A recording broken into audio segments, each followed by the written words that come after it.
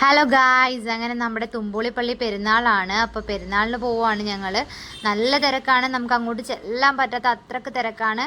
നമുക്കിനി അവിടെ ചെന്നിട്ടുള്ള വിശേഷങ്ങൾ കാണാം.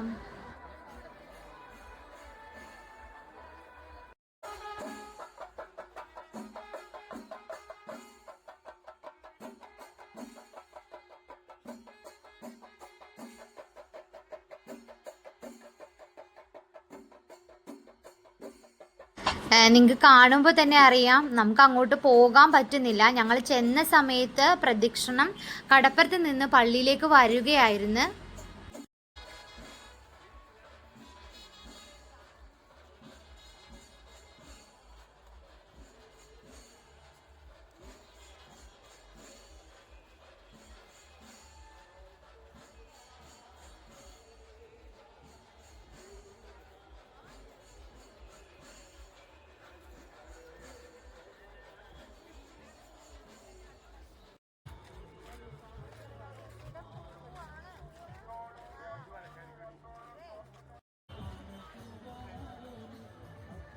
പരിശുദ്ധ അമ്മയായിട്ടുള്ള റാലി അങ്ങന്ന് വരികയാണ്.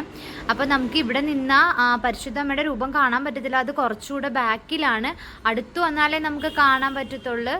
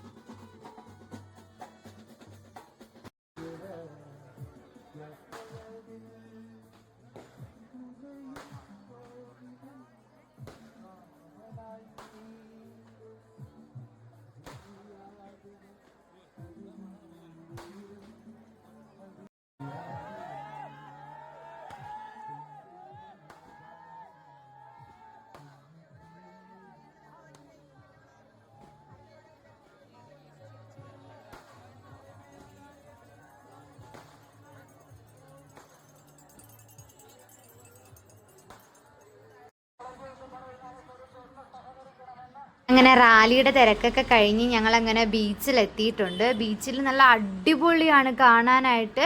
നിങ്ങൾ വരാത്തവരാരെങ്കിലും ഉണ്ടെങ്കിൽ ഉറപ്പായിട്ടും നമ്മുടെ തുമ്പോളി പള്ളിയിൽ വരണം, വന്ന് വിസിറ്റ് ചെയ്ത് നോക്കണം.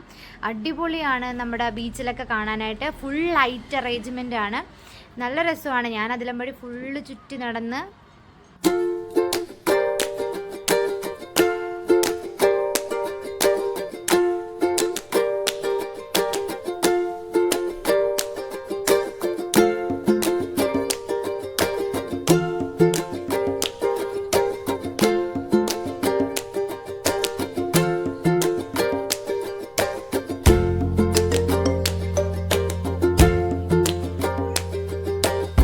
അങ്ങനെ ഞങ്ങൾ ബീച്ചിലെത്തി. സേറ ഞങ്ങളുടെ കൂടെ അല്ലായിരുന്നു വന്നത്, അവളുടെ അപ്പാടെ അമ്മച്ചിയുടെയും കൂടെ നേരത്തെ പോയായിരുന്നു.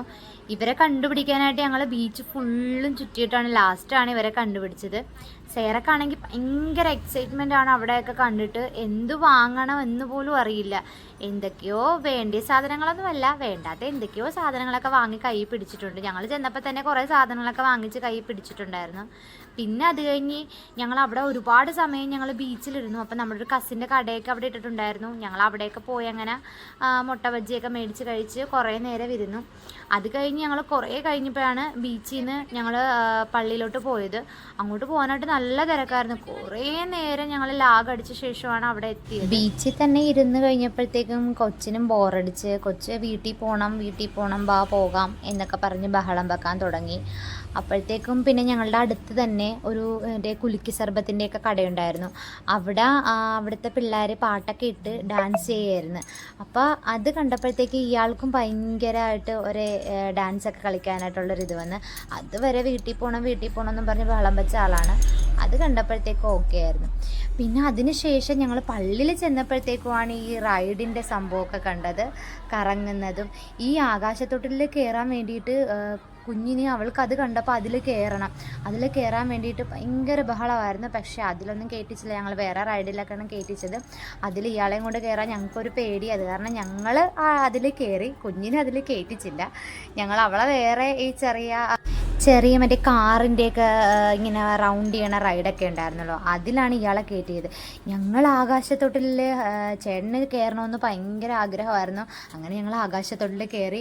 എൻ്റെ അയ്യോ, ഞാൻ ഒരു പ്രാവശ്യം ഇതിനു മുന്നേ നമ്മുടെ അർത്തിങ്കൽ പള്ളിയിൽ വന്നപ്പോൾ കയറുന്നുണ്ട്. ഇപ്പോഴൊന്നും അല്ല, പണ്ടാണ്. അതിനുശേഷം ഇപ്പോഴാണ് കയറുന്നത്. മതിയായി ഗൈസ്.